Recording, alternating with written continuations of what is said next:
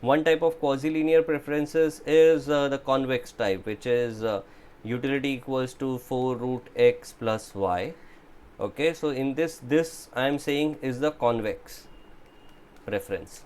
The other is utility equals to 4x square plus y. This is concave. Okay, why can I say that? I can just say that on the basis of MRS. So for this, if I find MRS will be equal to 2 by root x. Now this thing reduces as x increases, whereas for this thing, if I find my MRS is equals to 8x, which increases as x increases. Okay, so this is the difference between two kinds of quasi-linear preferences.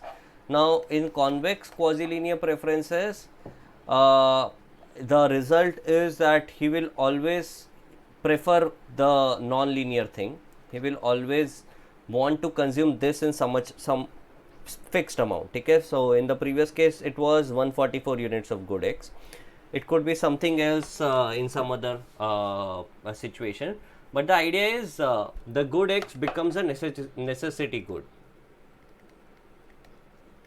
Okay, it becomes a necessity good कि पहला preference good x को मिलेगा. It's like a medicine or something. ठीक है कि अगर तुम्हारे पास पैसा है तो सबसे पहले you will buy this much amount of this good x, and after some point you don't want to spend anything more on this. So even if you are like super rich, you don't want to buy more than 144 units of good x, as we saw in the previous question.